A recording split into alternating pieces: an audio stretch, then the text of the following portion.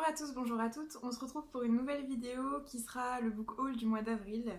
J'ai acheté beaucoup de livres au mois d'avril, 11 je crois si j'ai bien compté. Donc on va commencer tout de suite parce que ça risque de prendre un petit peu de temps.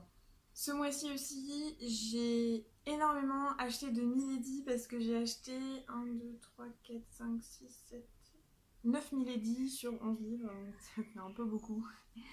Mais bon, je sais que Milady en général j'aime bien. En particulier pour la bitlit et la fantasy, je sais que ça va toujours bien se passer. Donc le premier livre que j'ai acheté ce mois-ci, il s'agit du premier tome de La Confrérie de la Dague Noire, donc L'Amant Ténébreux de J.R. Ward. Dans La Confrérie de la Dague Noire, on va retrouver 6 vampires qui forment la Confrérie de la Dague Noire, qui a pour but de protéger leur espèce contre l'ennemi naturel des vampires, qui n'est pour une fois pas l'homme, mais les éradiqueurs.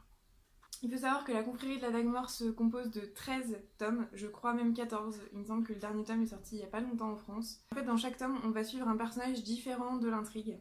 Donc bien évidemment, on va suivre des personnages autres que les 6 membres de la confrérie de la Dague Noire, puisqu'il n'y a que 6 membres et il y a 13 tomes, donc ça paraît logique. Dans ce premier tome, on va suivre Kohler, qui est le roi des vampires.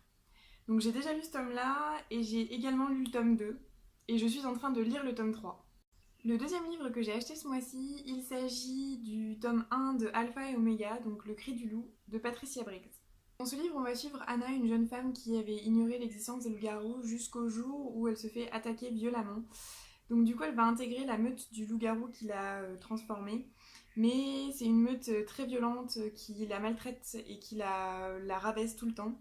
Jusqu'au jour où Charles va arriver, qui lui fait partie d'une meute plus importante, qui est censée contrôler ce genre d'abus dans les meutes, qui va la tirer de là et lui expliquer qu'en fait elle est sa promise premièrement, et qu'en plus c'est une Oméga, donc un loup-garou très puissant, qui va lui permettre de retrouver un meurtrier.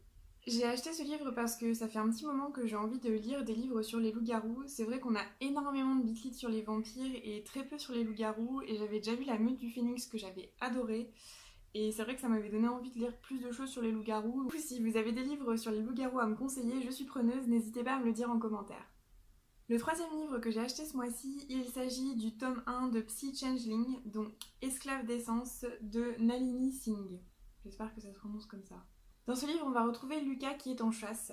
Il chasse le meurtrier de l'une de ses compagnes de meute. Et cette chasse va l'emmener au cœur de la société des psys, qui sont des êtres qui ont éradiqué toute émotion. Ils punissent les émotions. Il va rencontrer Sacha, qui elle est une psy, mais qui n'est pas comme les autres puisqu'elle ressent des choses. Et il va naître entre eux une certaine alchimie, et il va essayer de se servir d'elle pour retrouver le meurtrier de sa compagne. Le quatrième livre que j'ai acheté ce mois-ci, il s'agit de Le Gardien, le retour des Highlands de Margaret Mallory. Donc on retrouve Ian MacDonald qui rentre sur son île de Skye après 5 ans d'absence et qui retrouve son clan totalement au bord de l'implosion.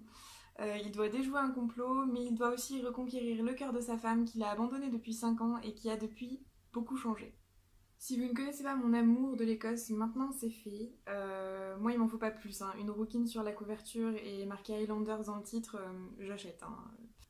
Le cinquième livre que j'ai acheté ce mois-ci, il s'agit de Près de toi, de J.A. Redmersky, qui est donc la suite de Loin de tout, dont je vous avais déjà parlé dans un update lecture, du mois dernier d'ailleurs je crois. Voilà, Loin de tout, j'avais adoré, ça avait été vraiment une très très bonne lecture, c'était vraiment un coup de cœur en fait. Et ben du coup, voilà la suite. Donc j'espère que ce sera aussi bien. J'avoue que j'ai un petit peu peur que ce soit une suite un petit peu décevante. Mais bon, et j'espère être aussi conquise qu'avec le tome 1. Donc dans ce tome-là, on va retrouver Camerine et Andrew qui sont super heureux, sauf que ben, ça va pas durer parce que le malheur les frappe. Et du coup, Andrew a l'air de plus ou moins vouloir aller de l'avant, mais Camerine a du mal à passer le cap, et du coup, il décide de refaire un road trip pour que Camerine puisse un petit peu aller de l'avant et oublier le passé. Le sixième livre que j'ai acheté ce mois-ci, il s'agit de La balade des Lucioles, toujours de J.A. Redmersky. Dans ce livre, on va retrouver Elias et Brooke qui s'aiment depuis toujours, mais Brooke a une part d'ombre en elle qui va prendre le dessus à un moment donné, et par peur de paraître faible devant Elias, elle va s'enfuir. 4 ans après, ils vont se retrouver et découvrir qu'ils s'aiment toujours autant, mais un genre de drame pèse sur eux, et du coup, ils vont décider de s'enfuir tous les deux cette fois-ci. Le 7e et le 8e livre que j'ai acheté ce mois-ci, je vais vous les présenter ensemble puisqu'il s'agit de deux livres de la même série. Donc il s'agit de Take a Chance et One More Chance de Abby Kleins de la saga Rosemary Beach. Dans ce livre, on va retrouver Harlow qui doit partir vivre chez sa demi-sœur parce que son père retourne en tournée musicale. Et là-bas, elle va rencontrer Grant, le petit ami de sa demi-sœur qui est tout de suite charmé par elle et qui va pas pouvoir s'empêcher d'essayer de la conquérir. Le 9e livre que j'ai acheté ce mois-ci, il s'agit du tome 3 de Miss Peregrine et les enfants particuliers parce que je suis allée rendre visite à une amie à Vichy il y a pas longtemps et il était là, il m'attendait, donc je l'ai pris, voilà. J'ai commencé à le lire, comme vous pouvez le voir, hein, voilà. Donc j'ai pas beaucoup avancé, mais je savoure ce dernier tome parce que c'est fini, après il y en a plus, donc bon, voilà.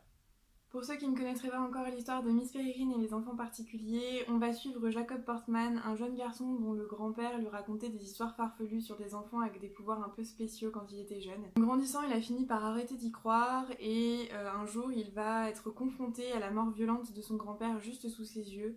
Et il n'est pas trop sûr de ce qu'il a vu, mais ça met un petit peu en doute ses convictions et ses croyances jusqu'ici.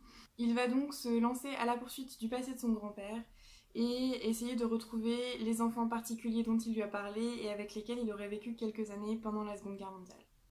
Comme vous l'avez certainement vu dans le titre, je vais faire un unboxing puisque j'ai acheté des livres sur Amazon et que je trouve ça marrant de les ouvrir devant vous. Donc voilà, j'ai ma paire de ciseaux. Donc normalement il y a 2 livres dedans et je sais ce que c'est normalement parce que c'est moi qui les ai achetés, mais bon, sait-on jamais, des fois qu'ils aient pas mis les bons trucs dedans. Donc on va ouvrir ça tout de suite.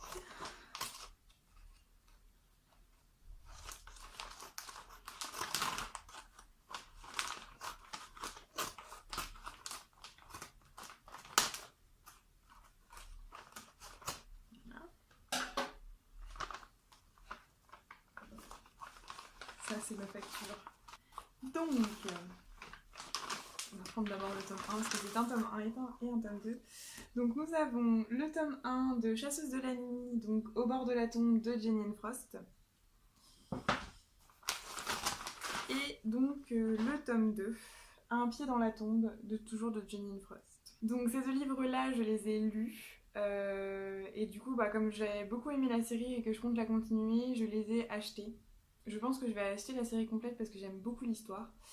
Pour ceux qui ne connaîtraient pas, donc Chasseuse de la nuit, on va retrouver Kat qui est mi-humaine, mi-vampire et qui chasse les vampires pour les tuer parce qu'elle veut retrouver son père pour venger un petit peu le fait qu'il ait pourri la vie de sa mère.